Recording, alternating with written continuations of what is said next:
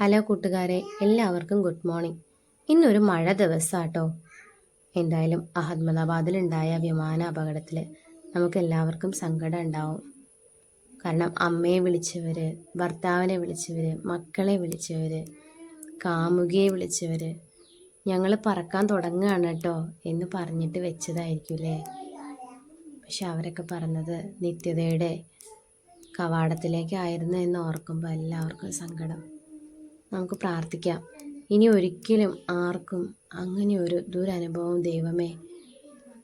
ദൈവത്തിൻ്റെ ഒരു തീരുമാനം നിശ്ചയമൊക്കെ ആയിരിക്കാം. പക്ഷെ മാനുഷികമായ കണ്ണുകളിൽ നോക്കുമ്പോൾ എന്തൊരു നൊമ്പരമാണ്, എന്തൊരു വേദനയാണ്.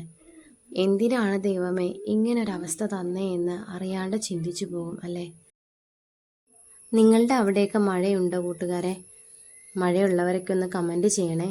ഞാനിന്ന് രാവിലെ മുറ്റം അടിച്ചേ ഉള്ളൂ, അപ്പോഴേക്കും മഴ പെയ്തു. മുറ്റം അടിച്ചതൊന്നും വാരിയെടുക്കാനുള്ള സമയം പോലും കിട്ടിയില്ല.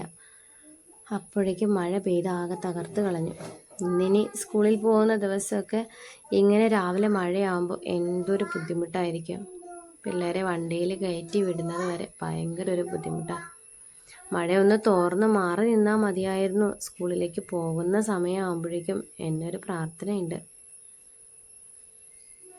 നമ്മുടെയൊക്കെ കാലങ്ങൾ എങ്ങനെയായിരുന്നു അല്ലേ? സ്കൂളിൽ പോകുമ്പോൾ മഴയത്ത് കുടയും പിടിച്ച് പാടത്തും തോടും എല്ലാം നീന്തി കടന്നുള്ള പോക്ക് അതിങ്ങനെ അറിയാണ്ട് ഓർമ്മയിൽ വരുന്നു.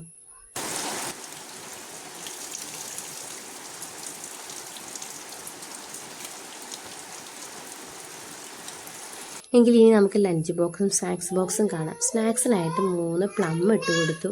അതിൻ്റെ കൂടെ അവന് കുറച്ച് മുറുക്കും വെച്ച് കൊടുത്തു. അതാട്ടോ ഇന്ന് കൊടുത്തുവിട്ട സ്നാക്സ്. പിന്നെ ചോറ് എന്താണെന്ന് വെച്ച് കഴിഞ്ഞാൽ ചോറിന് ഞാൻ സാമ്പാറാണെന്ന് ഉണ്ടാക്കിയത്. അപ്പോൾ സാമ്പാർ കറി കൊടുത്തു വിട്ടു. അവനിഷ്ടമാണ് സാമ്പാർ. അതിൻ്റെ കൂടെ തന്നെ അവന് ഇഷ്ടമുള്ളതാണ് വാഴയ്ക്ക ഉപ്പേരി വയ്ക്കുന്നത്. അപ്പോൾ വാഴയ്ക്ക ഉപ്പേരിയും ചോറ് വെച്ചത് എടുക്കാൻ മറന്നു പോയിട്ടോ. നമ്മുടെ കീച്ചട്ടന് സ്കൂളിൽ പോകുമായി. അപ്പോൾ ബാഗൊക്കെ ഇട്ട് പോടെ നേരത്തെ തിരിഞ്ഞ് നിന്ന് അമ്മയ്ക്കും വാവയ്ക്കും ടാറ്റയും ഉമ്മയും തരുന്നതാട്ട കാണുന്നേ. എല്ലാവരും നമ്മുടെ കീച്ചട്ടന് വേണ്ടി പ്രാർത്ഥിക്കണേ.